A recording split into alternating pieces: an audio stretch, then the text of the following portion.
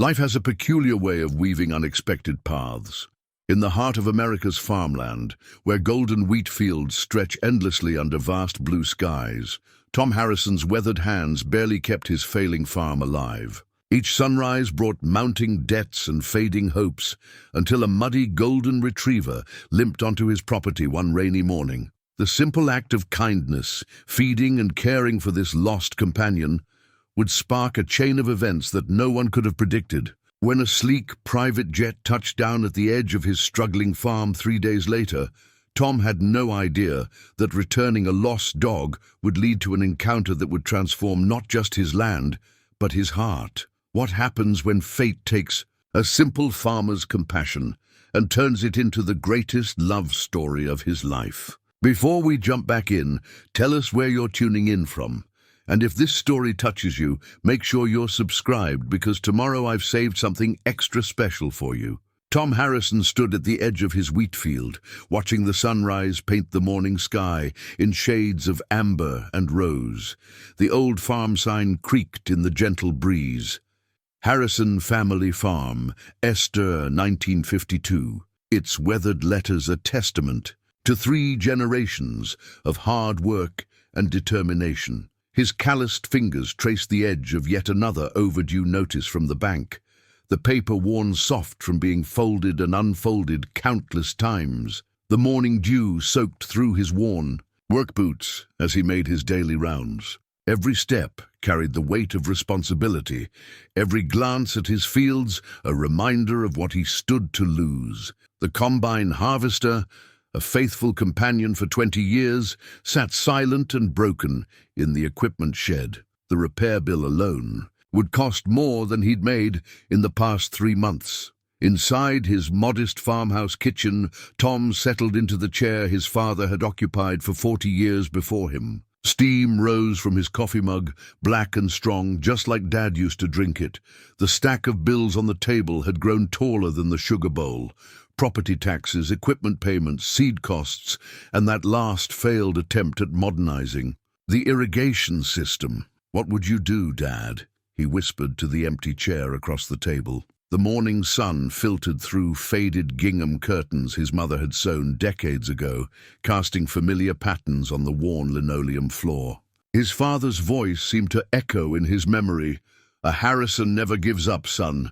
We bend, but we don't break." The local paper lay open to the business section, where a glossy advertisement for corporate farming operations served as a bitter reminder of changing times.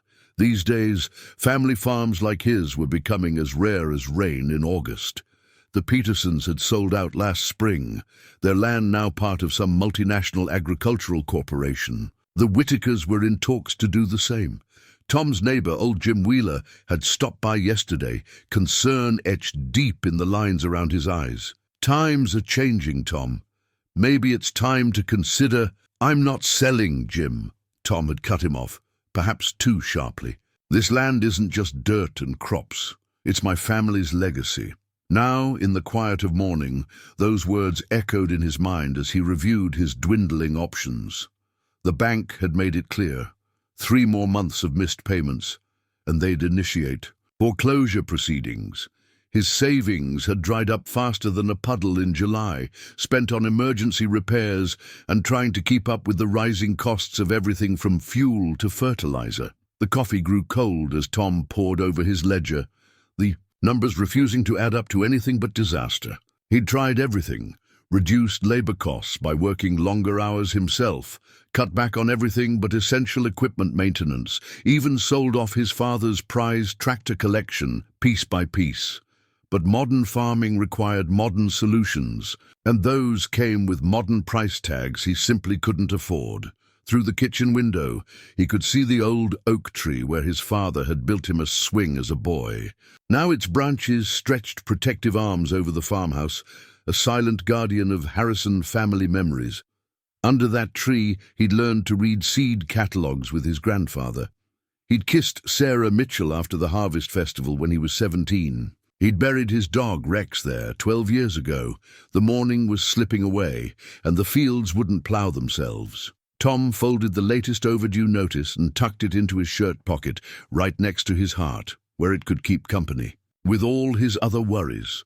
Outside, the wheat swayed in the breeze, green waves rolling across his land, their land. 3 generations of Harrisons had worked this soil, coaxed life from it, respected its seasons and moods. "We bend, but we don't break," he repeated his father's words like a prayer as he headed out to face another day of uncertainty. The sun climbed higher, promising another scorcher, but Tom Harrison had weather to endure, fields to tend, and a legacy to protect, even if he wasn't quite sure how he was going to manage it all. The rain came suddenly, as it often did in late spring, turning the morning's gentle mist into a determined downpour. Tom was checking the fence line along his eastern property when he first heard it.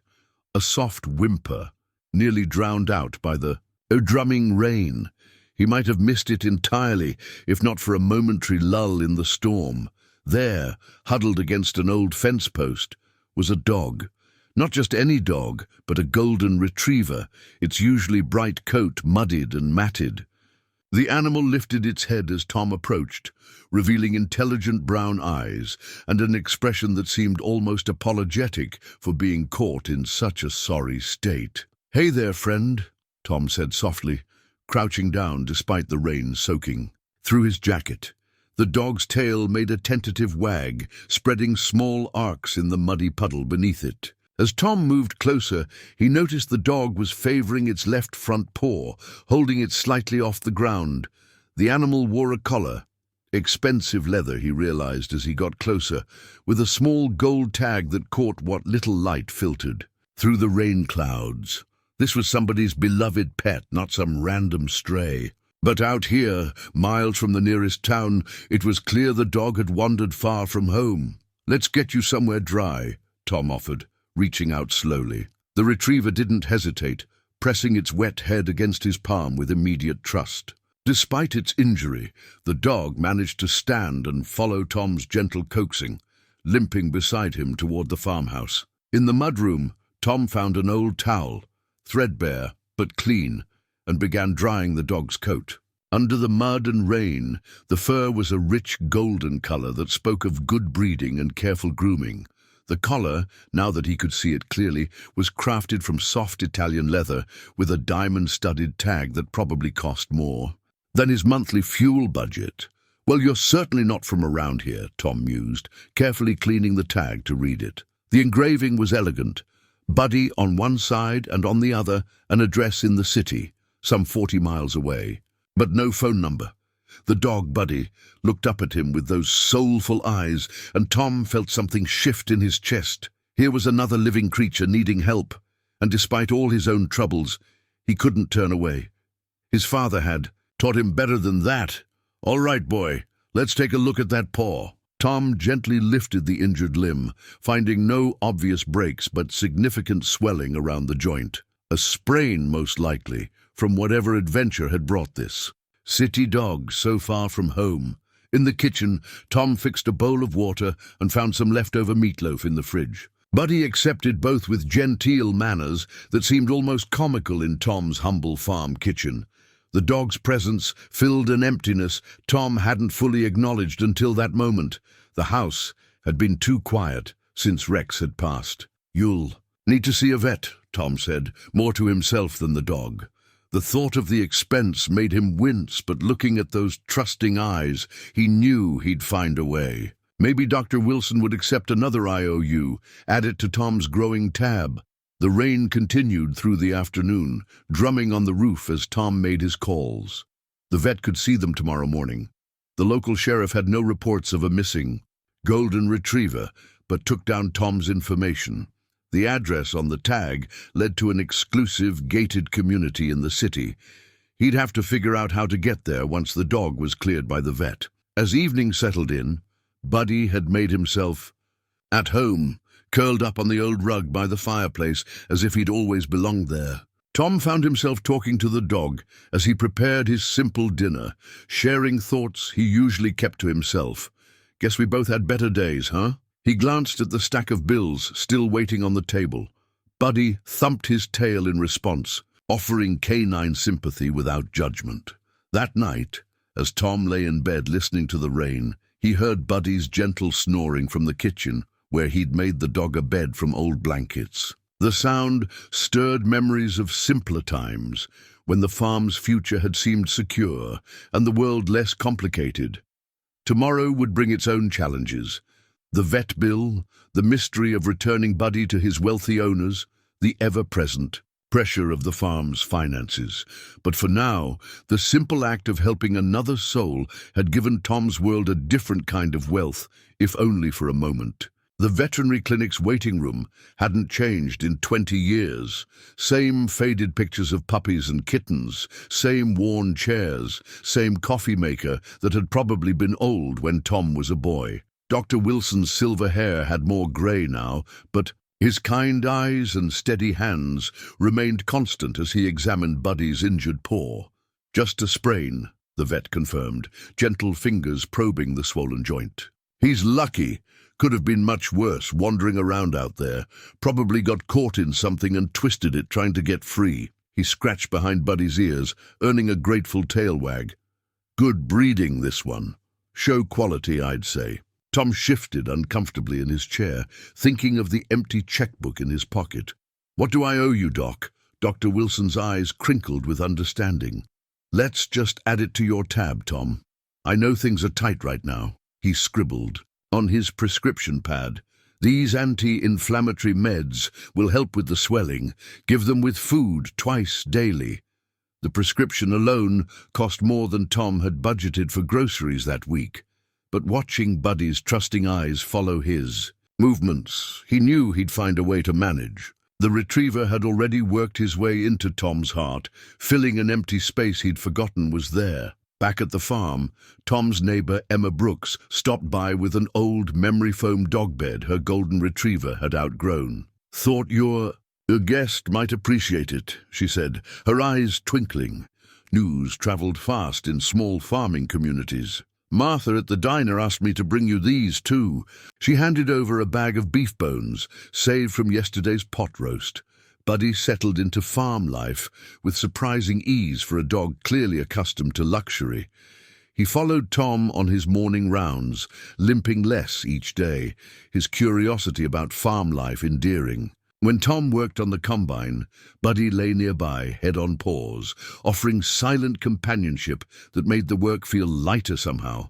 In the evenings, Tom found himself talking more than he had in years. "You're a good listener," he told Buddy, who sat attentively as Tom shared stories about the farm's better days, about his father's wisdom, about his hopes and fears for the future. The dog's presence seemed to make the old farmhouse feel like home again, rather than just a place full of worry and unpaid bills. But the diamond-studded tag on Buddy's collar gleamed in the lamplight, a constant reminder that this arrangement was temporary. Someone out there was probably worried sick about their missing pet. The thought of returning Buddy brought a heaviness to Tom's heart that surprised him. In just a few days, this dog had become more than just a lost pet. He was a friend. "Guess we'll have to find your family soon," Tom said one evening as Buddy rested his head on Tom's knee. The dog's brown eyes seemed to hold wisdom beyond simple animal intelligence, as if he understood everything. Tom wasn't saying about loneliness and responsibility and doing the right thing even when it hurt. Tom pulled out the tag again, studying the engraved address. The right thing to do was clear, even if it meant saying goodbye to the first real companionship he'd known in years. His father's voice echoed in his memory. Character is doing what's right, especially when no one's watching. Tomorrow, he decided, he'd make the drive into the city. The farm work would wait, and Buddy's family had waited long enough. The dog's paw was healing well, and Tom had done what he could to help. It was time to return this slice of unexpected joy to wherever it belonged, even if the thought left an ache in his chest he hadn't expected to feel. Tom's old pickup truck rumbled down the highway, Buddy sitting regally in the passenger seat as farms gave way to suburbs and eventually the looming skyline of the city. The hand-drawn map from the gas station attendant lay on the dash, a crude but necessary guide to finding the exclusive gated community listed on Buddy's tag. The retriever's ears perked up as they entered familiar territory, but he made no move to distance himself from Tom. Instead, he pressed closer, as if sensing Tom's growing discomfort with each mile that took them further from the familiar world of dirt roads and cornfields. "Your folks must be worried sick about you," Tom said, trying to ignore the knot forming in his stomach. The morning sun glinted off glass and steel towers that seemed to touch the clouds, making him feel smaller with each passing block. His dusty work boots and weathered John Deere cap felt increasingly out of place. Traffic thickened as they entered the city proper. Tom's calloused hands gripped the steering wheel tighter, navigating streets clogged with luxury cars that probably cost more than his entire farm. Buddy's tag had led them to Oakwood Heights, an area Tom had only heard about in news stories, about the wealthy and powerful who called it home. The guard at the community gate eyed Tom's mud-splattered truck with barely concealed suspicion. "Your business here, sir? Found this fellow out near my farm," Tom explained, gesturing to Buddy, who chose that moment to offer his most charming doggy smile. "Just returning him home?" The guard's demeanor shifted slightly at the sight of the golden retriever.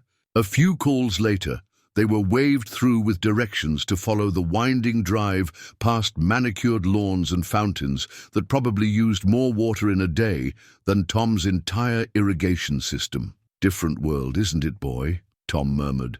As they passed houses that looked more like small hotels, Buddy whined softly, pressing his nose against Tom's arm. The dog's warmth offered comfort, even as Tom's throat tightened with the knowledge that their time together was coming to an end. Following the directions, they finally turned onto a private drive, marked by elegant stone pillars. The house at the end, if you could call something that size a house, sprawled across perfectly landscaped grounds. A fountain featuring prancing horses dominated the circular driveway where Tom carefully parked his truck, acutely aware of every speck of dust and mud on its paint. "Well, this explains the diamond collar," he said quietly, giving Buddy a final pat. The dog looked at him with those soulful eyes, and for a moment Tom considered turning around, driving back to the simple comfort of his farmhouse where Buddy had seemed so content. But that wasn't who Tom Harrison was. His father had raised him better than that. As they approached the imposing front door, Tom saw his reflection in the gleaming windows. Faded flannel shirt, worn jeans, lines of worry and work etched into his face. He ran a hand through his hair, suddenly conscious of every detail that marked him as an outsider in this world of wealth and privilege. Buddy sat close to Tom's leg as he reached for the doorbell, its chimes echoing somewhere in the depths of the mansion. The dog's tail wagged, but there was a hesitation in it that Tom hadn't seen before, as if Buddy, too, felt the weight of this moment, this ending. "You'll be back where you belong," Tom whispered, more to himself than the dog. "Back to your real life." The sound of approaching footsteps from within made Tom straighten his shoulders, summoning the quiet dignity that generations of farmers had taught him to wear like armor. Whatever lay behind that door, he would face it with the same grace and integrity that had carried him through every other challenge life had thrown his way. Buddy pressed against his leg one last time as the door began to open, and Tom forced himself to smile, ready to hand over not just a lost pet, but a friend who had, however briefly, made his troubled world feel a little less lonely. The door opened to reveal a woman in her early 40s, elegant even in casual clothes, her auburn hair swept back in a loose bun. For a moment, she seemed frozen in surprise at the sight of Tom, until Buddy gave an excited bark and pushed forward, tail wagging furiously.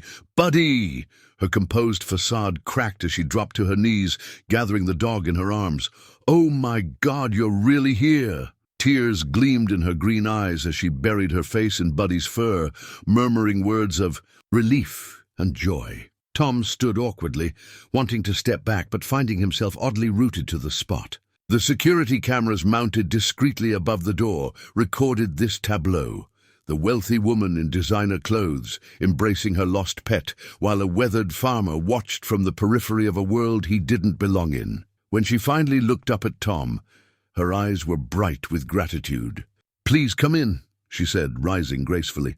"I'm Catherine Reynolds. I can't believe you found him. We've been searching everywhere." Tom hesitated at the threshold. "No need, ma'am.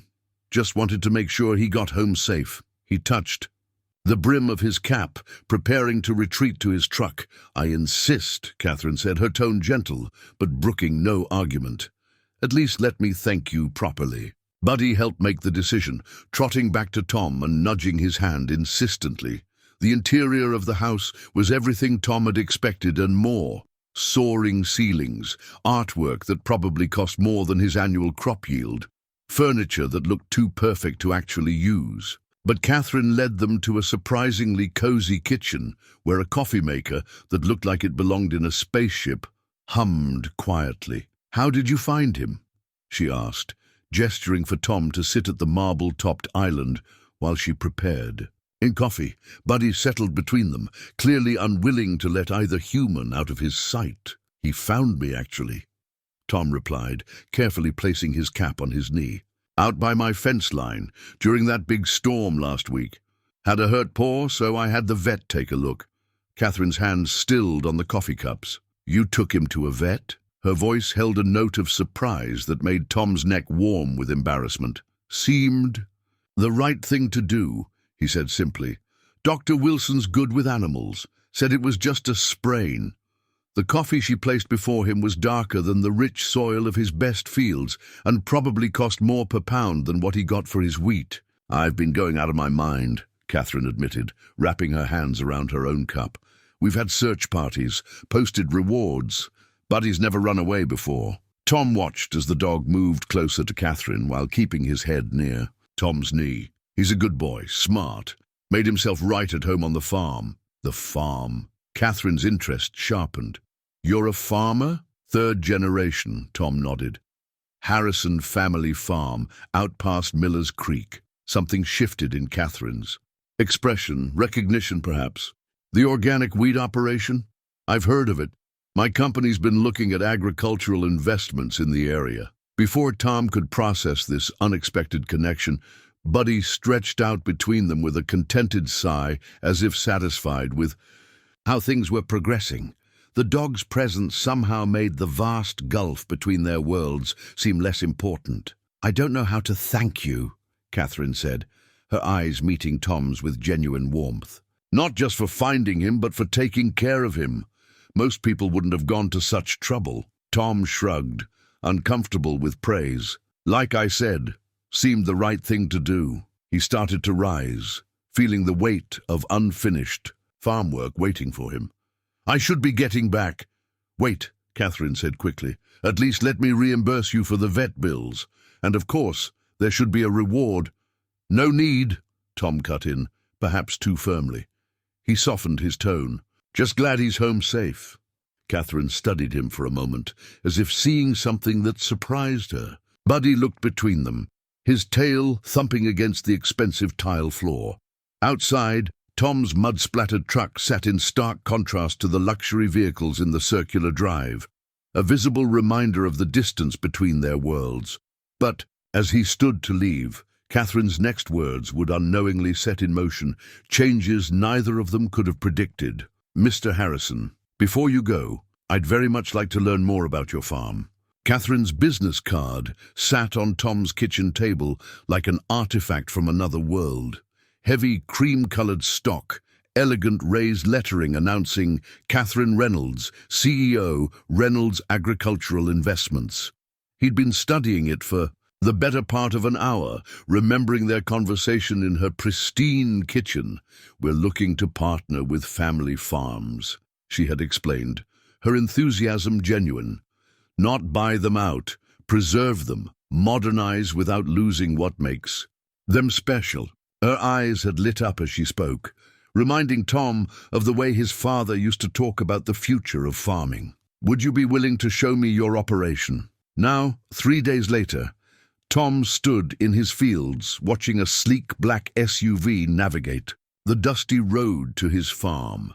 Buddy had insisted on coming with Catherine, his head hanging out the window with unrestrained joy. The sight made Tom smile, despite his nervousness about what was to come. Catherine stepped out wearing boots. Not fashion boots, but practical ones, and jeans that somehow still managed to look elegant. She'd pulled her hair back in a simple ponytail, and there was genuine interest in her eyes as she surveyed the rolling wheat fields stretching to the horizon. "It's beautiful," she said simply, and something in Tom's chest tightened at the sincerity in her voice. Buddy bounded between them, clearly delighted to have both his humans in one place. "Been in the family since my grandfather's time," Tom said, leading them toward the main barn. He found himself sharing more than he'd intended, about the organic certification his father had fought for, about the heritage wheat varieties they'd preserved, about the challenges of competing with corporate farms while maintaining the principles that had guided 3 generations of Harrisons.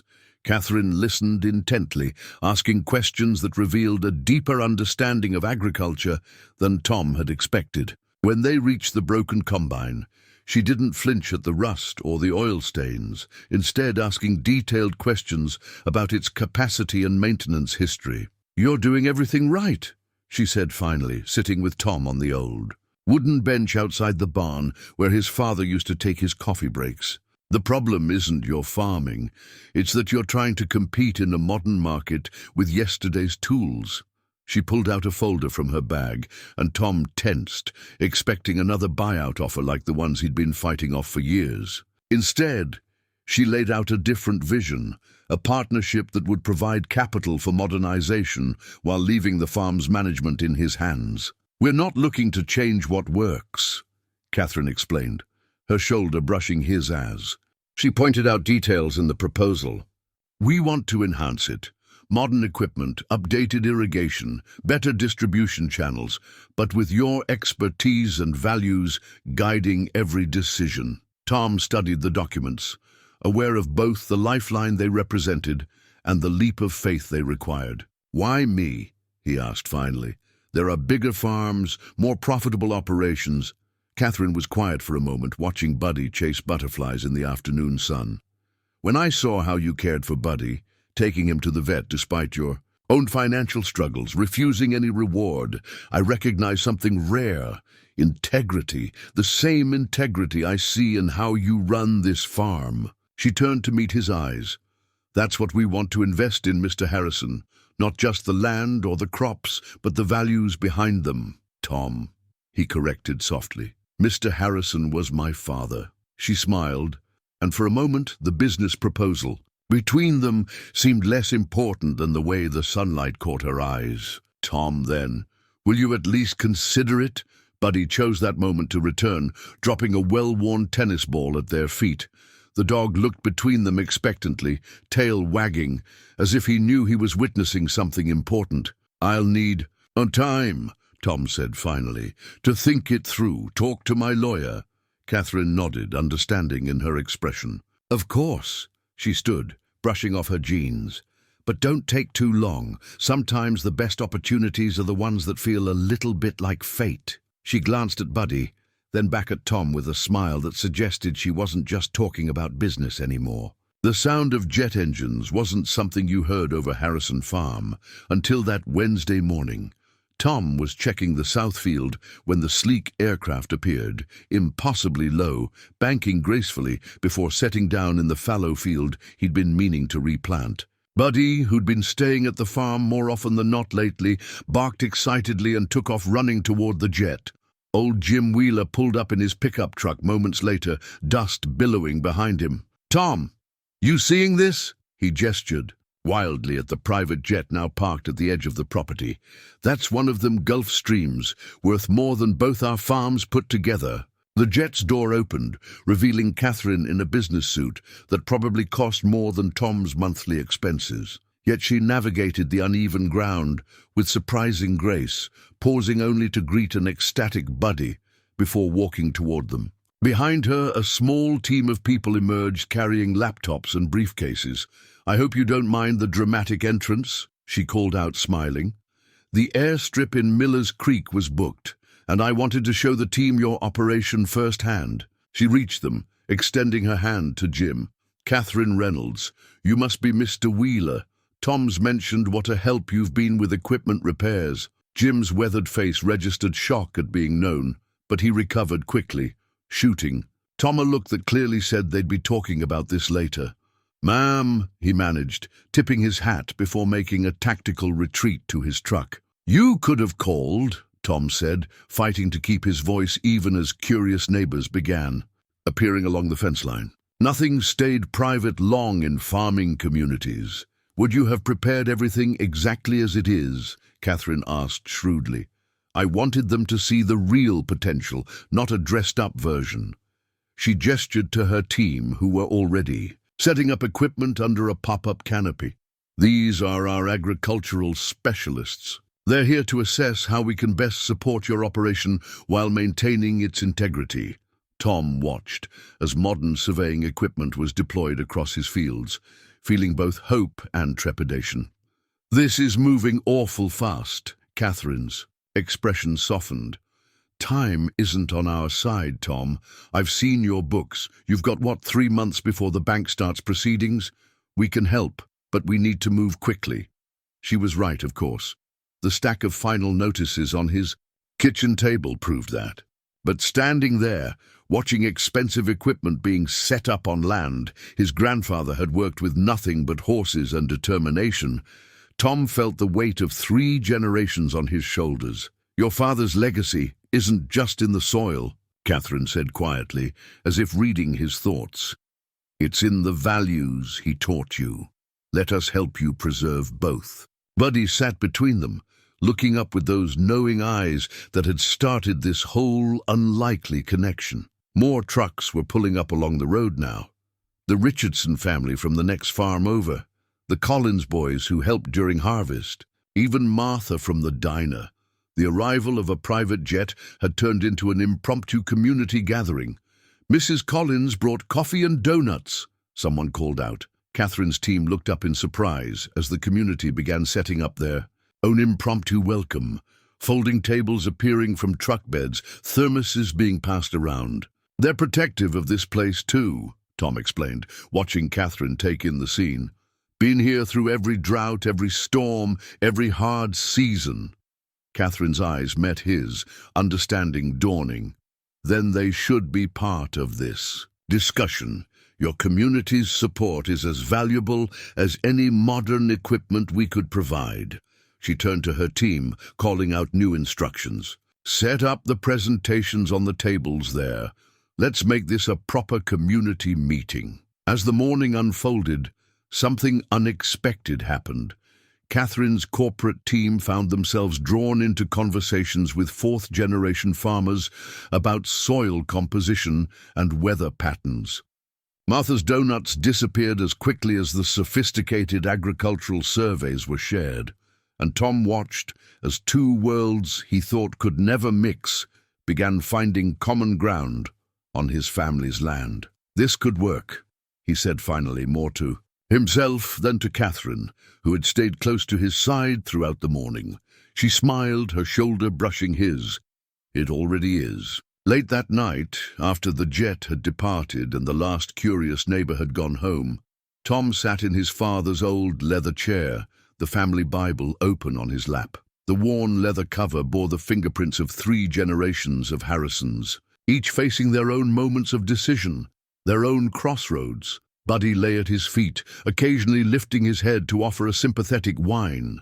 The dog had refused to leave with Catherine, as if sensing Tom needed companionship on this night of contemplation. Outside, a quarter moon cast silver light across fields that had been in his family longer than Tom had been alive. The contract Catherine had left behind sat on the coffee table, its professional typography a stark contrast to the ancient Bible's worn pages. Tom found himself turning to the Book of Ruth, his father's favorite passage about faith and new beginnings. The old man had read it often during drought years, finding comfort in its messages about loyalty and redemption. "What would you do, Dad?" Tom whispered, running his fingers over the margins where his father had penciled in notes over the years. One caught his eye, Sometimes God's greatest gifts come disguised as our greatest challenges. The memory of that morning's events played through his mind. He'd expected Catherine's corporate team to see only the farm's flaws, the aging equipment, the outdated irrigation system, the modest yield compared to industrial operations. Instead, they'd recognized its potential, speaking with excitement about the heritage wheat strains his father had preserved, the organic certification that was becoming increasingly valuable, the sustainable practices that were decades ahead of their time. But it was Catherine herself who had surprised him most. She'd moved through the crowd of farmers with genuine interest, not the condescension he'd feared. She'd listened to old Jim Wheeler's rambling stories about the drought of '83, drawn Martha from the diner into a detailed discussion about local crop prices, and somehow managed to make everyone feel heard and valued. Tom stood, walking to the window where moonlight silvered the wheat fields. The proposal didn't involve selling the farm. He'd maintain control, make the decisions. The Reynolds investment would provide the means to modernize, to compete, to preserve what mattered while adapting to changing times. A Harrison never gives up, his father used to say. But maybe, Tom thought, accepting help wasn't giving up. Maybe it was finding a new way to keep fighting. He picked up his phone, looking at the last text Catherine had sent before boarding her jet. "Whatever you decide, I believe in what you're doing there, and so does Buddy." Attached was a photo of the dog sitting proudly in the farm's south field, golden fur backlit by the setting sun. The decision crystallized slowly, like morning dew gathering on wheat stalks.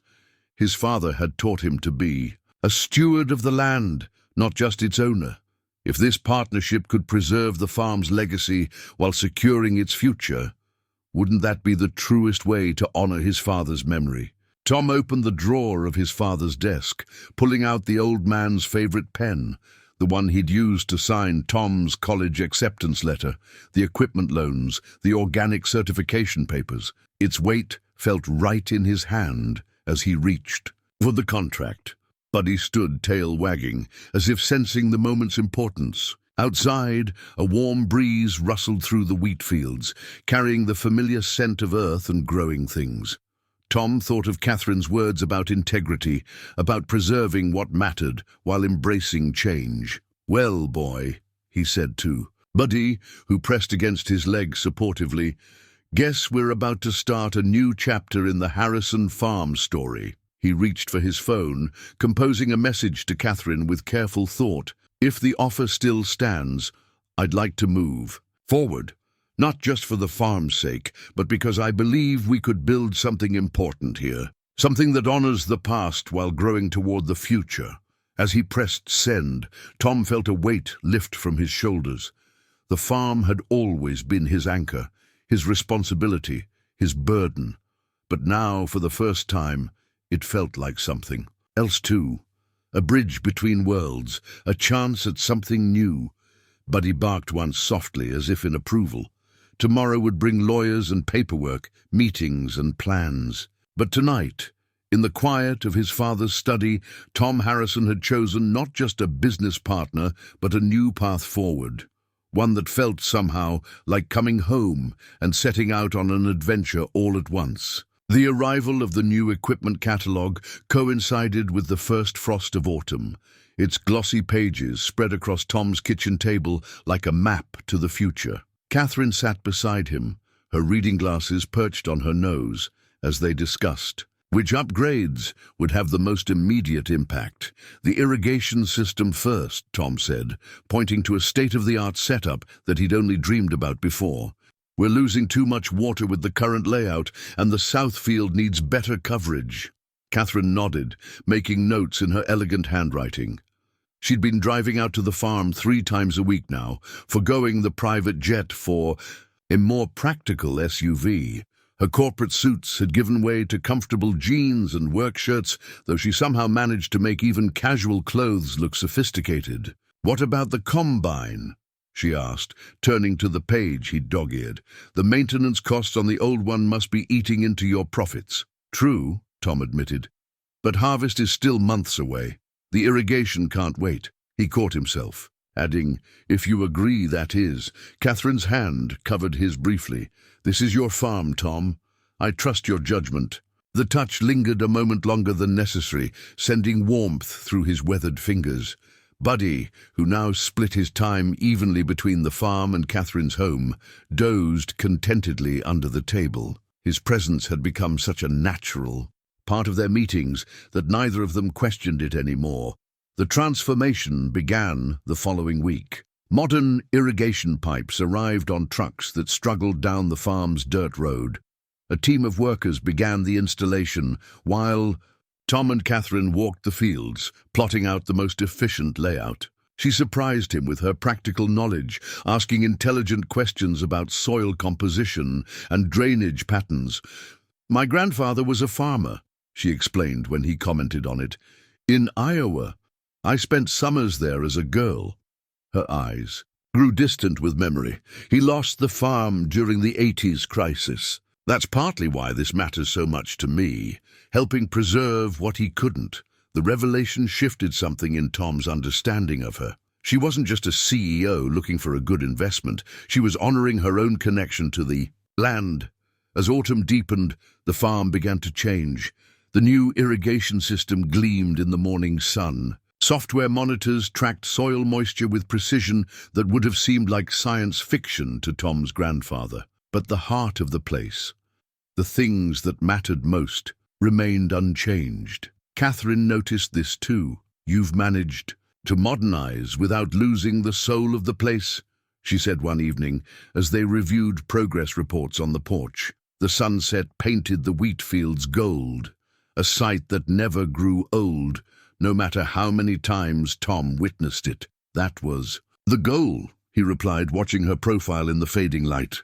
"Progress without forgetting who we are." She turned to meet his gaze, something unspoken passing between them. But before either could acknowledge it, Buddy interrupted with a playful bark, dropping his ball at their feet. The changes weren't just physical. Tom found himself looking forward to Catherine's visits, not just for the business discussions, but for the quiet moments between decisions. The way she listened to his stories about the farm's history, how she'd brought coffee from that fancy shop in the city, only to admit she preferred the simple brew from his old coffee maker. One morning, she arrived early to find Tom already working in the field, testing the new irrigation controls. She walked out to meet him, carrying 2 travel mugs of his coffee, her boots already dusty from the path. "I had a thought," she said, handing him a mug. "The heritage wheat varieties your father preserved. There's a growing market for authentic, historically significant grains.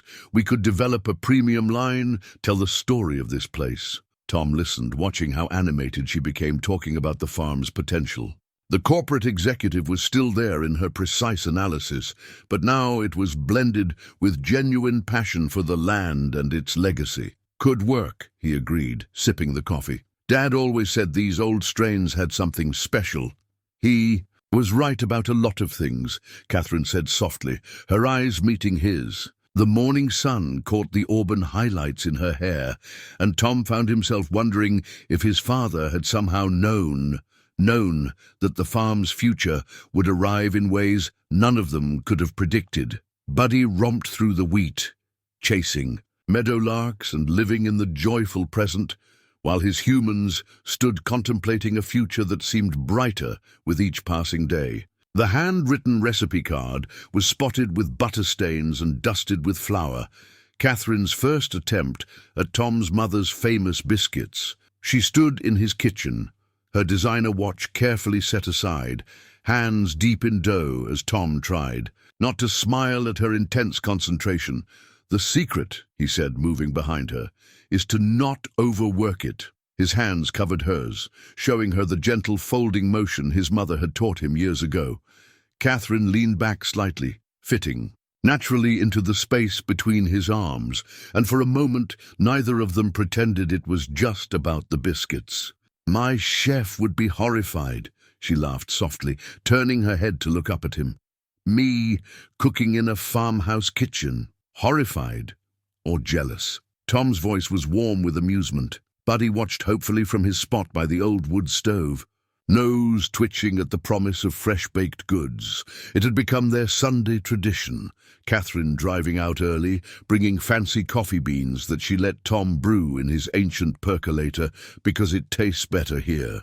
She'd started asking about his mother's recipes, not out of mere politeness, but with genuine interest in the farm's culinary heritage. The biscuits came out slightly lopsided but golden brown, filling the kitchen with a homey scent that stirred memories of Tom's childhood. Catherine's proud smile as she pulled them from the oven made any imperfections irrelevant. "Not bad for a city girl," she said, breaking one open to release a cloud of steam. The morning sun streaming through the windows caught the flour in her hair, making it shimmer like frost on wheat. "Not bad at all," Tom agreed, though he wasn't just talking about the biscuits. He'd noticed how naturally Catherine had begun to fit into his world, how she'd started keeping spare boots in her car for unexpected farm walks, the way she'd learned to read weather patterns in the sky, anticipating rain hours before the forecast. They took their breakfast to the porch, a habit they'd fallen into without discussion. Buddy settled between their rocking chairs, accepting occasional bites with regal grace. The autumn air was crisp with wood smoke from neighboring farms, and the newly installed irrigation system cast rainbow prisms where morning sun caught its spray. "The processing plant called," Catherine mentioned, spreading honey on a warm biscuit. "They're excited about the heritage wheat program. Said it could revolutionize their artisanal breadline." Tom nodded, but his attention was caught by the simple domesticity of the moment. Catherine, in his mother's old apron, sharing breakfast on his porch, talking about their future plans as if they'd been doing this forever. "What?" she asked, catching his thoughtful look, just thinking about how different things were a few months ago, before a certain golden retriever decided to play matchmaker. Buddy's tail thumped against the porch boards at the mention of his role in their story. Catherine reached down to scratch his ears, her expression softening. "He's always been good at reading people," she said. "Better than I am sometimes. After David, my ex-husband, I threw myself into work. Buddy was the only one who could get me to slow down, to remember there's more to life than quarterly reports." It was the first time she'd mentioned her previous marriage. Tom let the silence rest comfortably between them, understanding the trust in her words. "The farm does that too," he offered. "Reminds you what matters. You can't rush the wheat growing or hurry the seasons along. Some things take the time they take." Catherine's hand found his on the armrest between them, her fingers intertwining, with his work-roughened ones. "Like getting to know someone properly." "Exactly like that." Tom squeezed her hand gently, marveling at how natural it felt. They sat in comfortable silence, watching the sun climb higher over the fields. The morning dew burned off the wheat, rising in a fine mist that made the world seem soft and full of possibility. From somewhere in the distance came the sound of the seasonal workers singing as they checked the new irrigation lines. "I should get these reports done," Catherine said eventually, though she made no move to leave. The corporate world seemed far away from this porch, these moments. "They'll keep," Tom replied, pouring her another cup of coffee. Her surprised smile told him she was still getting used to this, to slowing down, to letting life unfold at its own pace, to finding joy in simple things like homemade biscuits and quiet Sunday mornings. Buddy sighed contentedly between them, a sound that seemed to say he'd known all along where this path would lead. The local newspaper sat folded on Tom's desk, its headlines stark against the morning light. "Modern meets traditional, Harrison Farm leads agricultural revolution." But Tom barely saw the words through his worry. The new irrigation system, their proud first step toward modernization, had malfunctioned overnight. 3 sections of the South Field were already showing signs of stress, and the wheat was at a crucial stage of development. "The technician can't get here until tomorrow," he told Catherine over the phone, his voice tight with concern. The morning sun was barely up, but she'd answered on the first ring. "We could lose a significant portion of the crop if we can't get water to those sections today." "I'm on my way," she said without hesitation. 20 minutes later, her SUV was kicking up dust on the access road, Buddy's golden head visible in the passenger seat. She'd dressed for work, not the office, but real work. Heavy boots, worn jeans, and one of Tom's old flannel shirts she'd claimed weeks ago. Her hair was pulled back in a practical ponytail, and her expression held the same determination he'd seen in board meetings. "Show me," she said simply. They walked the affected sections together, Buddy trailing behind them as Tom explained the problem. The computer system that regulated water flow had crashed, and the manual override was proving temperamental. Catherine listened intently, occasionally crouching to examine connections and asking surprisingly technical questions. "You know about irrigation systems?" Tom asked, watching her inspect a control panel. "I did my homework after we installed this," she admitted. "Spent evenings studying the technical manuals. I wanted to understand what we were investing in." She straightened up, brushing dirt from her knees. "And my grandfather taught me that you never invest in something you don't understand." Old Jim Wheeler arrived uninvited but welcome, having heard about the trouble through the rural grapevine. He watched with undisguised interest as Catherine, the CEO who had arrived in a private jet months ago, knelt in the dirt beside him to examine. "Pipe connections. Reminds me of the drought of '95, Jim mused, sharing his coffee thermos with them.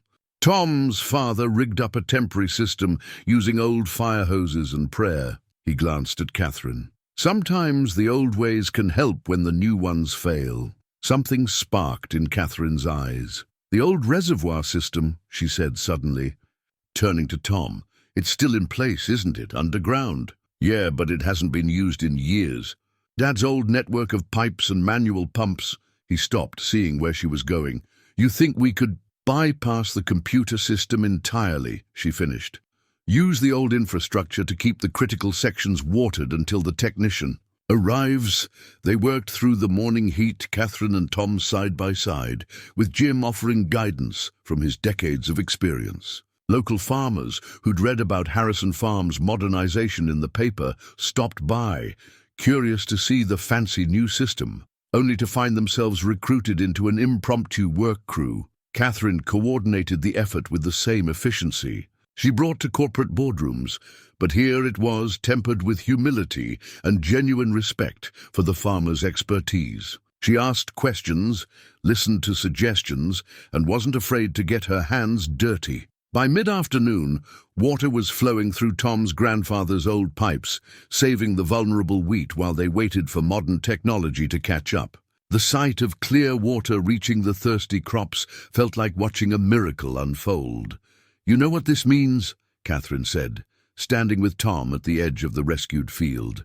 Her face was smudged with dirt, and her borrowed shirt was soaked with sweat, but her eyes were bright with revelation. "We don't have to choose between old and new. We can have both. A backup system using the old infrastructure alongside the modern equipment." Tom looked at her, really looked at her, seeing not just the successful businesswoman or the woman he was falling in love with, but someone who truly understood what he'd been trying to preserve all along. It wasn't just about the crops or the profit margins. It was about honoring the past while building the future. "The best of both worlds," he said softly, reaching for her hand. She squeezed his fingers, dirty and tired and completely present in the moment. Buddy flopped down at their feet, equally exhausted from his supervisory duties. The evening paper would later run a follow-up story about how Harrison Farm had faced its first crisis, but the real story wasn't in the headlines. It was in the way old and new had come together, in the strength found in combining tradition with innovation, and in the deeper understanding that had grown between a farmer and a CEO who had both learned to see beyond their own worlds. The invitation to the annual Agricultural Innovation Gala lay on Tom's kitchen table, its gold lettering catching the afternoon light. "Black tie required," it stated firmly, making Tom tug unconsciously at his worn collar. Catherine had insisted. He attend as her guest, not just as a business partner, and now he stood before his bedroom mirror, adjusting a bow tie that felt more constrictive than a hay baler's belt. "You look very distinguished," Catherine had assured him earlier that week during his fitting at the city's finest tailor. The suit cost more than his monthly fuel budget, but she'd insisted it was an investment. Besides, she'd added with a smile, wait until they taste the bread made from your heritage wheat. They won't be looking at your suit. Now, as their car approached the gleaming hotel in the heart of the city, Tom felt every bit the fish out of water. Catherine sat beside him, radiant in an elegant emerald gown that somehow reminded him of summer wheat fields. She must have sensed his nervousness because her hand found his, squeezing gently. "Just be yourself," she whispered. "That's who I—" She paused, catching herself. "That's who they need to meet." The ballroom stretched out like something from a different century, crystal chandeliers casting rainbow reflections across marble floors. Tom recognized faces from magazine covers and newspaper articles, CEOs, politicians, old money families who controlled half the state's agriculture. "Catherine, darling," a silver-haired woman approached, jewelry glinting, "and this must be your investment." The pause was slight but deliberate. "This is Tom Harrison," Catherine replied, her tone carrying a hint of steel beneath its polish. "He's revolutionizing sustainable wheat farming, and," she added, her hand slipping into his, "he's my date." The woman's perfectly maintained eyebrows rose slightly, but before she could respond, servers began circulating with appetizers, including small toast points topped with pâté. "The bread," Tom heard someone murmur. "It's extraordinary." "Harrison. Heritage wheat," Catherine announced proudly. "A preserved strain that dates back to the 1890s. Tom's family has been its steward for 3 generations. Suddenly, Tom found himself the center of attention for a different reason.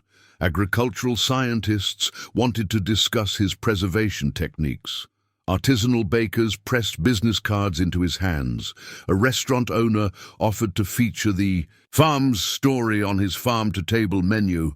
"Tell us about the sustainable irrigation system," someone asked, and Tom felt himself on firmer ground. He explained their hybrid approach, combining traditional methods with modern technology, watching understanding dawn in eyes that had initially dismissed him. Catherine stayed close but not hovering, letting him find his footing. He caught glimpses of her throughout the evening, commanding respect from corporate titans, deftly navigating social politics, yet always aware of his presence in the room. When their eyes met across the crowd, her smile was full of pride and something deeper. The evening's turning point came during dinner, when an elderly gentleman at their table mentioned farming in Iowa during the 1980s crisis. "Lost everything," he said quietly. "Had to sell the family farm." "My grandfather too," Catherine replied, her hand finding Tom's under the table. "Near Cedar Rapids." The conversation shifted, becoming more personal, more real. Tom shared stories about his father's organic certification fight, about communities supporting each other through drought years. Soon, their table felt less like a formal gala and more like a gathering of people connected by their understanding of the land. When the orchestra began playing, Catherine led Tom to the dance floor. He'd worried about this moment, but as they moved together, he realized it wasn't so different from the evening they'd spent swaying to the radio in his kitchen while waiting for biscuits to bake. "You're a natural," she murmured, following his lead. "Had a good teacher," he replied, remembering their practice sessions on his porch. Though Buddy was a better dancer, her laugh, genuine and warm, drew glances from nearby couples. In her eyes, Tom saw not the powerful CEO or the wealthy socialite, but simply Catherine, the woman who could kneel in the dirt to fix irrigation pipes and command a boardroom with equal grace. "They're all talking about you," she said softly, "the farmer who's bridging the gap between traditional wisdom and modern innovation." "They're talking about us," he corrected gently, "what we're building together." As they danced beneath the crystal chandeliers, Tom realized he no longer felt out of place, like his heritage wheat finding new life in gourmet kitchens, like his grandfather's irrigation system working alongside computer controls. He had found his way to belong in both. Worlds, not by changing who he was, but by being exactly who he'd always been. The weather warning came through just after midnight. Severe thunderstorms, with possible tornado activity, moving toward Harrison Farm. Tom stood on his porch watching lightning illuminate the western sky in violent bursts. His phone pressed. And to his ear, "I'm coming out there," Catherine said, her voice firm against the rising wind. "Catherine, no. The roads aren't safe." A crack of thunder interrupted him. "I'm already on my way." Buddy wouldn't settle down like he knew something. "Was wrong. We're almost at the turnoff." Before Tom could argue further, headlights cut through the darkness of his drive. Catherine's SUV appeared, Buddy already leaping out before she'd fully stopped. The dog ran to Tom, then turned to face the approaching storm, hackles raised. "The wheat," Catherine started, joining them on the porch. "We've got maybe an hour before it hits," Tom finished. They'd grown used to completing each other's thoughts. "The South Field's most vulnerable. If those winds are as bad as they're saying, we can save it." Her hand found his in the dark. "Tell me what to do." They worked with desperate efficiency, securing loose equipment and reinforcing the temporary wind barriers around the most vulnerable sections of wheat. The emergency alert system blared warnings from both their phones as the storm drew closer, its approach marked by an eerie green tinge to the roiling clouds. Other trucks began arriving. Jim Wheeler, the Collins boys, neighbors who'd seen the warnings and known where help would be needed. They moved like a well-choreographed team, years of farming experience meeting Catherine's organizational skills. Just like the irrigation crisis, she called over the wind, helping Tom secure tarps over the new seedling beds.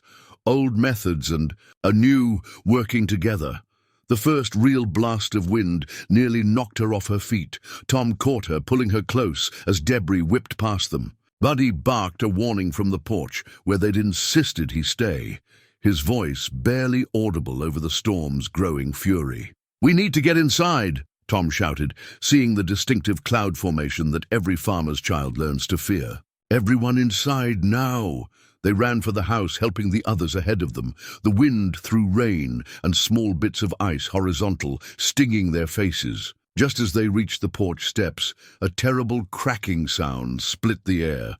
Tom turned to see the old oak tree, the one his father had hung his swing from, the one that had watched over 3 generations of Harrisons, beginning to topple. Toward the house, without thinking, he pushed Catherine forward, toward safety. "Tom!" Her scream cut through the storm's rage as the massive trunk began its fall. But the old tree had one last gift to give the Harrison family. Its branches, heavy, with years of growth, caught on the new support poles they'd installed for the weather monitoring equipment. The modern steel posts groaned but held, giving them the crucial seconds needed to clear the porch. They huddled in the basement with the others, listening to the storm's fury above. Buddy pressed against them both, offering comfort as they sat. In the dim light of emergency lanterns, Catherine's hand hadn't left Tom's since they'd reached safety. "I couldn't leave you out here alone," she said softly, her head resting on his shoulder. "Not with this coming." Tom turned to look at her, really look at her. Her hair was wild from the wind, her expensive clothes soaked and muddy, and she'd never been more beautiful to him than in that moment. This woman who could command boardrooms had rushed into danger just to stand beside him, to protect what he loved. "I love you," he said, the words rising as naturally as wheat after rain. "I think I have since Buddy first led you to my door." The storm raged overhead, but in the basement's shelter, Catherine's smile outshone the lightning. "I love you too," she whispered. "Every stubborn, honorable, hard-working inch of you." Their first kiss tasted of rain and promise, witnessed by friends who pretended not to watch, and a dog who finally relaxed his guard duty to wag his tail. Above them, the storm began to weaken, but something much stronger had been confirmed in its midst. When dawn finally broke, they emerged to survey the damage. The old oak lay across the yard, but it had missed both house and equipment. The wheat fields showed signs of battering but stood tall, bent but not broken, just like Tom's father always said. The new barriers had protected the vulnerable sections, while the heritage wheat's naturally stronger stalks had weathered the storm just as they had for generations. "We did it," Catherine said, standing in the morning light. "Together." Tom pulled her close, Buddy circling their legs joyfully. "Together," he agreed, knowing they were talking about much more than just surviving a storm. The old family photo album lay open between them on the porch swing, its pages worn soft with years of handling. The storm had passed days ago, leaving behind a freshly washed world, a new understanding between them. Tom's finger traced the edge of a faded photograph, his parents on their wedding day, standing proud in front of the farmhouse. "Mom died when I was 12, he said quietly, turning the page. "Dad never remarried. Said he'd already had his one great love." The next photo showed a young Tom on his father's shoulders, both grinning at the camera. "He poured everything into the farm after that, teaching me everything he knew. Like he was racing against time." Catherine leaned closer, her shoulder warm. Against his. Buddy dozed at their feet, occasionally twitching in his sleep. "When did you lose him?" 5 years ago. Heart attack, right out there in the south field." Tom's voice roughened. "Found him at sunset, still holding his notebook where he'd been recording crop data." Catherine's hand found his, fingers intertwining. The gesture gave him strength to continue. "The hospital bills took everything we'd saved. Then the drought hit and the bank started sending notices," and he shook his head. "Felt like I was letting him down, watching everything he'd built start to slip away." "But you didn't let it go," Catherine reminded him softly. "You kept fighting, like you did," he said, turning to meet her eyes. "After your grandfather lost his farm." Catherine was quiet for a moment, gathering her thoughts. "I was 10 when it happened. Watching my grandfather stand there as they auctioned off everything, equipment, livestock, land that had been in the family for generations." Her free hand absently stroked Buddy's fur. "That's when I decided I'd find a way to protect family farms. I just took a longer route than I expected." She shifted, pulling something from her pocket, an old, creased photograph. "My first husband, David, never understood why I was so driven. He wanted a society wife, someone to host dinner parties and look decorative at charity events." A sad smile crossed her face.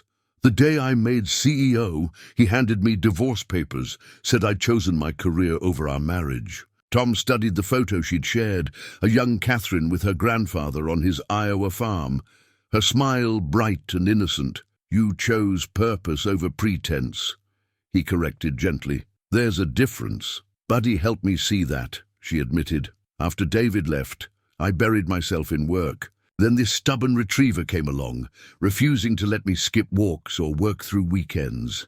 She laughed softly. "He has a way of knowing what people need, even when they don't know themselves, like leading you to a struggling farmer's fence line." Tom's eyes crinkled with amusement. "Exactly like that." Catherine turned another page in the album, revealing more recent photos. Tom with his father in their organic certification ceremony, proud smiles as they held up the official documents. "Your father would be proud, you know, not just of saving the farm, but of finding a way to help other farmers too." Their heritage wheat program had expanded, offering hope to other family farms trying to compete in the modern market. The Harrison farm model of blending tradition with innovation was being studied by agricultural universities. "Sometimes I think he knew," Tom said thoughtfully. "He used to say everything happens in its season, that you can't force the harvest, just prepare the ground and trust in what grows." Catherine touched the latest photo in the album, taken just last week, showing them together at the farm's first Heritage Wheat Festival. Local families had gathered to celebrate the successful harvest, and someone had caught a moment of them laughing together, Buddy sitting regally between them. "We should add this one," she said, pulling out another photograph. It showed the three of them in the aftermath of the storm, muddy, exhausted, but triumphant. Jim Wheeler had snapped it at dawn, capturing the moment they emerged from the basement. "Into the fresh morning light." "Our first family photo," Tom observed, then felt Catherine go still beside him. He turned to face her fully. "That's what we are, isn't it? The three of us?" Her eyes glistened as she nodded. "Yes," she whispered, "that's exactly what we are." Buddy chose that moment to wake, sensing the emotional undertone. He sat up, resting his head on their joined hands as if giving his approval. The evening light painted the wheat fields gold, a gentle breeze carrying the promise of summer. On the horizon, storm clouds had given way to clear skies, just as their shared pain had yielded to shared healing. "A family," Catherine repeated, letting her head rest on Tom's shoulder, growing something new from deep roots. The ring had belonged to Tom's mother, a simple gold band with a small diamond that caught the light like morning dew on wheat. He'd found it in his father's desk drawer years ago, wrapped in a note that read, "For when you find your one great love, son." Now it sat in his pocket, warming against his heart as he waited for Catherine's regular Sunday morning visit. He'd planned everything carefully with Buddy as his willing conspirator. The dog had stayed at the farm overnight, helping Tom prepare for what might be the most important sunrise of his life. The morning was perfect, late summer warmth touching the wheat fields with gold, the kind of day that made you believe in possibilities. Catherine's SUV appeared right on schedule, but she stopped short as she reached the front gate. Tom had lined the drive with mason jars, each holding a floating candle, still flickering in the dawn light. Buddy sat proudly at the end of the illuminated path, a sprig of wheat tied with ribbon to his collar. "What's all this?" Catherine called. Out, her smile mixing curiosity with growing understanding as she walked the candlelit path. She was wearing one of his old flannel shirts over her designer jeans, the perfect blend of their two worlds. "Thought we might take a walk," Tom said casually, though his heart was racing. "The wheat's perfect this morning." They followed their usual path through the fields, Buddy trotting ahead, as if he knew exactly where they were going. The morning dew soaked their boots, but neither minded. They'd learned to find beauty in these small moments of shared silence. Tom led them to the spot where they'd first met, the fence line where Buddy had appeared that rainy morning, setting everything in motion. He'd set up a small table there, laden with fresh coffee and his mother's biscuits, still warm from the oven. "You've been busy," Catherine said softly, touching the checkered tablecloth that rippled gently in the morning breeze. "Had some help." Tom nodded toward Buddy, who had assumed a dignified pose beside the table. "Though he's not much good at baking," Catherine laughed, but the sound caught in her throat as Tom took her hands in his. The morning sun painted everything in shades of gold and promise, much like that first day she'd arrived in her private jet, ready to change his world. "A few months ago, I thought I was about to lose everything," Tom began, his voice steady despite his pounding heart. "The farm, my father's legacy, all of it. Then this remarkable dog led the most remarkable woman to my door." He squeezed her hands gently. "You came to save my farm, Catherine, but you ended up saving so much more." Buddy edged closer, his tail wagging slowly as Tom continued. "You showed me that preserving the past doesn't mean fearing the future. That love, like farming, is about having faith in what you plant and patience in what grows." Catherine's eyes glistened as Tom reached into his pocket, withdrawing the ring that carried generations of Harrison love. "My father told me once that a Harrison never gives up on what matters. You matter, Catherine, more than the farm, more than anything. You and me and this crazy dog who knew exactly what we needed." He lowered to one knee, morning dew soaking into his jeans, but he barely noticed. "I'm not offering you a perfect life. There'll be hard seasons and storms to weather, but I promise you harvests and sunrises, quiet moments and wild adventures, and a love as steady as the land we stand on." The ring caught the morning light, its simple beauty reflecting in Catherine's tears. "Catherine Reynolds, will you marry me? Will you help me grow old on this farm, raising wheat and memories and whatever else life plants in our path?" "Yes," she whispered, then louder, "Yes!" as she pulled him to his feet and into her arms. Buddy barked joyfully, dancing around them as Tom slipped his mother's ring onto Catherine's finger. "It's perfect," she said, admiring how the modest diamond seemed to hold all the morning's light. like it was waiting for this moment. "Dad always said everything happens in its season," Tom replied, holding her close. "Guess this was ours." They sat at the little table, drinking coffee and sharing biscuits, making plans and dreams, while Buddy accepted treats from both of them. The morning sun climbed higher, burning off the dew and warming the wheat fields that stretched out before them. Fields that would now nurture not just crops, but a future they would build together. "You know," Catherine said thoughtfully, "I think Buddy knew all along, right from that first rainy morning." The dog thumped his tail against the ground, looking altogether too pleased with himself. Whatever divine inspiration or simple instinct had led him to that fence line months ago, he'd succeeded in growing something far more precious than wheat, a love that, like the heritage grains they tended, would sustain generations to come. The wedding program, printed on paper made from their own wheat straw, read simply, "Today, two worlds become one."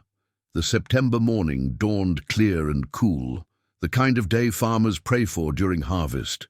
The Harrison farmhouse had never looked more beautiful, strung with twinkling lights and decorated with wheaten garlands woven by local farm wives. Catherine stood in Tom's mother's old bedroom, now transformed into a bridal suite. Her wedding dress managed to be both elegant and farm-appropriate, ivory silk that caught the light like ripe wheat, with a hem practical enough for walking through fields. On the windowsill sat her CEO nameplate beside a jar of wildflowers, symbolizing the union of her two worlds.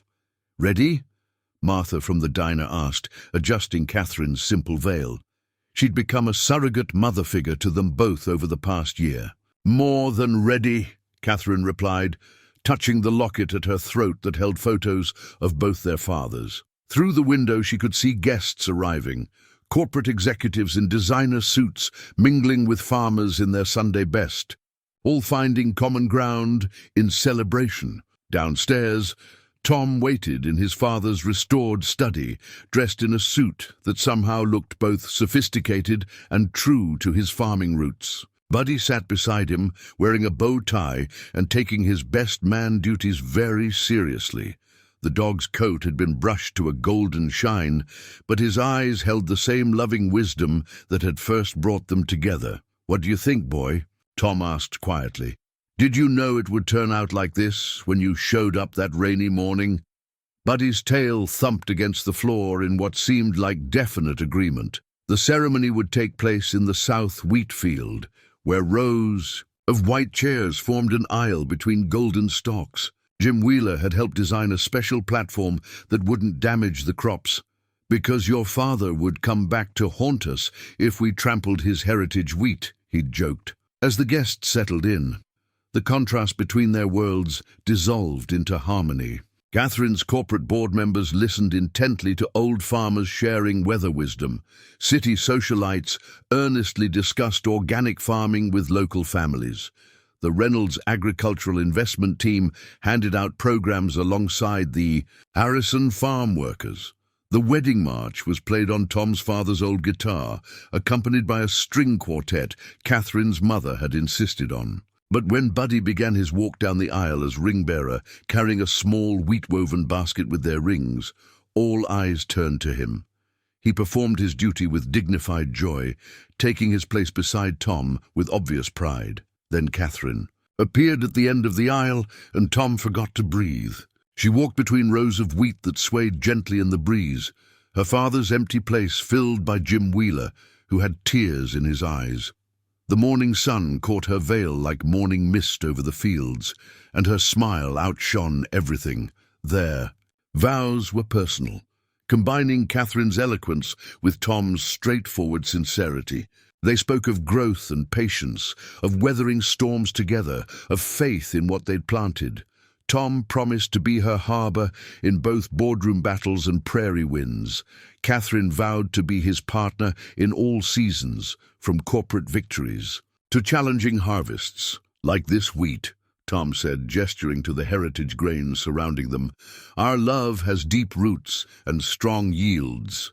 "And like this farm," Catherine added, her voice carrying clear across the field, "it combines the best of tradition and innovation." past and future. When they kissed as husband and wife, the wheat fields seemed to ripple with approval. Buddy barked joyfully, setting off laughter and applause. The afternoon celebration brought together more than just two people.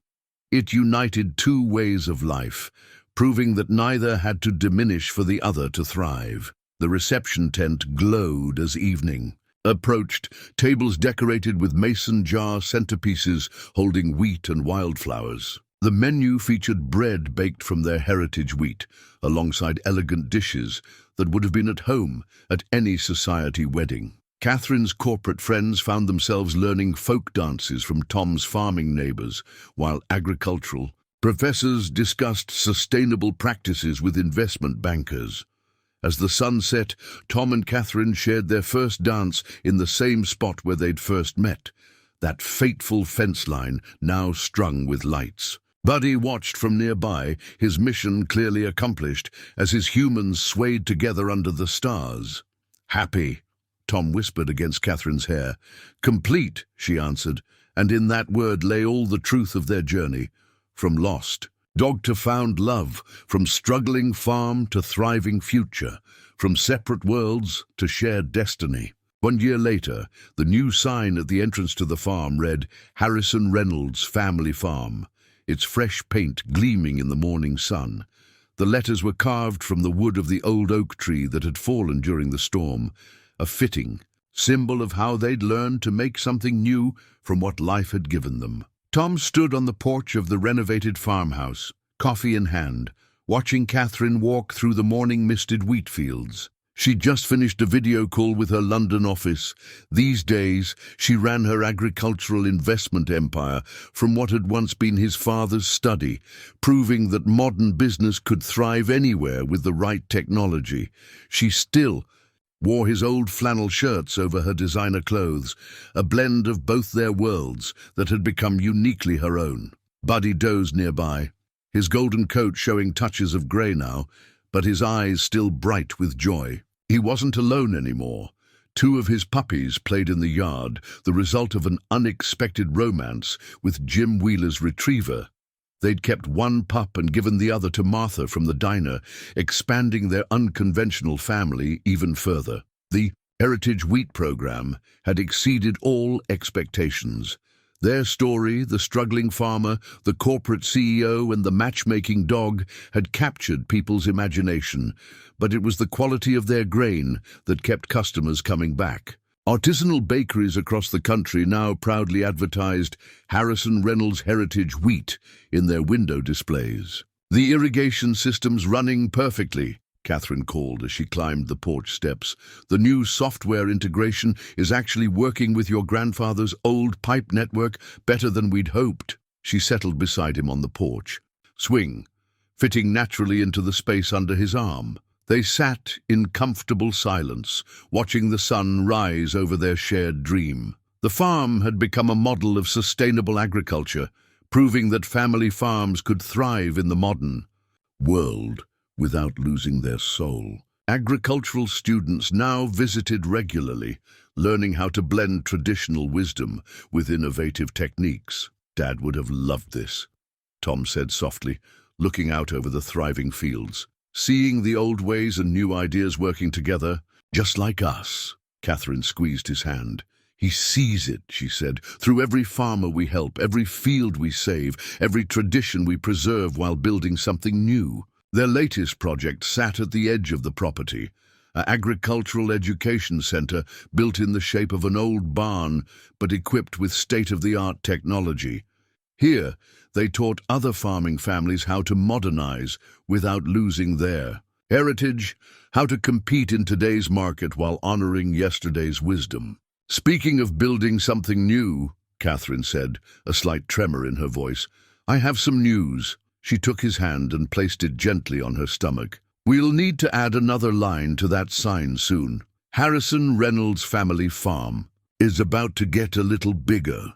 Tom's heart swelled as the meaning of her words sank in. Buddy, sensing the emotion of the moment, padded over to rest his head on Catherine's lap, his tail wagging gently. One of his puppies followed, adding its own excited energy to the scene, "A baby," Tom whispered, wonder in his voice. "Our own little harvest." "Due in spring," Catherine smiled, tears in her eyes. "Just in time for planting season."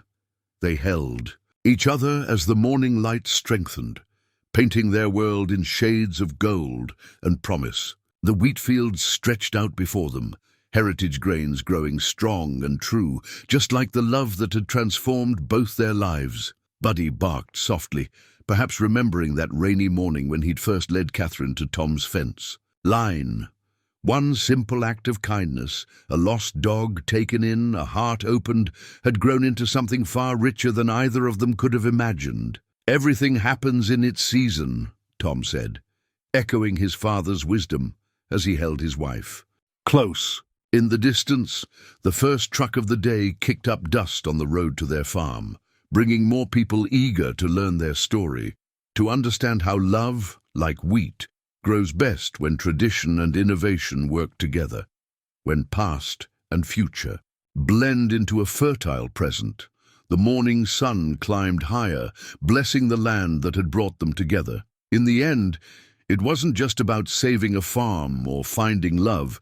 It was about discovering that the best harvests come from planting hope, nurturing dreams, and believing that sometimes the most precious things grow from the most unexpected seeds.